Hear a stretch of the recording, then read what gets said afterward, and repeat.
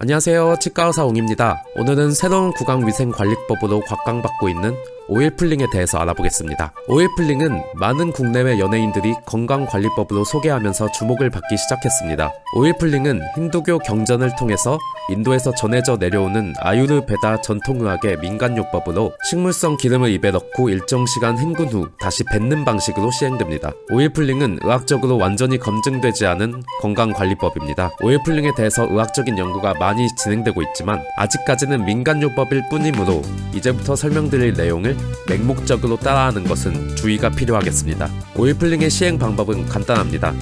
아침 공복 상태에서 식물성 압착오일 20cc를 입에 넣고 15분에서 20분 정도 머금은 후 모두 뱉어주시면 됩니다.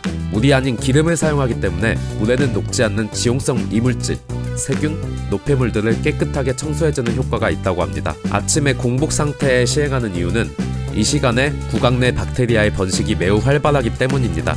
오일풀링에 주로 사용하는 오일은 압착 방식으로 생산된 코코넛 오일, 올리브 오일, 참깨 오일입니다.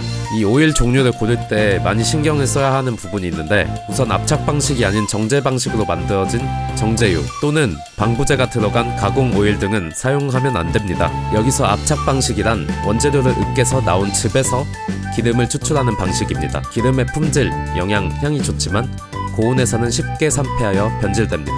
샐러드 등에 직접 뿌려먹는 엑스트라 버진 올리브유 또는 버진 올리브유가 대표적인 예라고 할 수 있습니다. 반대로 정제 방식은 원재료를 가열해서 기름을 추출하고 산도를 화학적으로 조절하는 방식입니다. 가열하기 때문에 향과 영양 성분이 떨어집니다. 튀김용, 요리용 식용유가 대부분 정제 방식으로 만들어진 정제유입니다.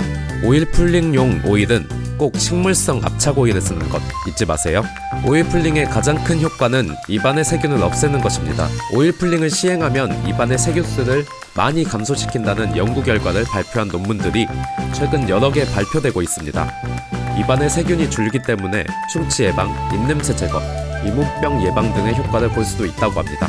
그 외로 오일풀링의 널리 알려진 효과 중에 치아 미백 효과, 디톡스로 인한 전신 건강 증진 등이 있습니다. 하지만 위에서 언급한 효과들이 확실하다고 받아들여지기까지는 더 많은 연구와 과학적 근거가 필요합니다. 다시 한번 말하지만 오일풀링의 효과에 대한 무조건적인 맹신은 피해야 합니다. 오일풀링은 시행 시 주의해야 할 점이 몇 가지 있습니다. 첫 번째, 오일을 뱉은 후 입안에 남은 오일을 꼼꼼히 닦아내거나 씻어내도록 해야 합니다. 입안에 오래 머금고 있던 오일은 입안의 세균들과 노폐물들로 오염된 상태이기 때문에 깨끗이 없애주는 게 필요합니다. 두 번째, 오일을 삼키지 않도록 해야 합니다. 이 주의사항이 제일 중요한 주의사항인데 앞서 말한 것처럼 입안에 머금고 있던 오일은 오염된 상태이기 때문에 삼키지 말아야 합니다.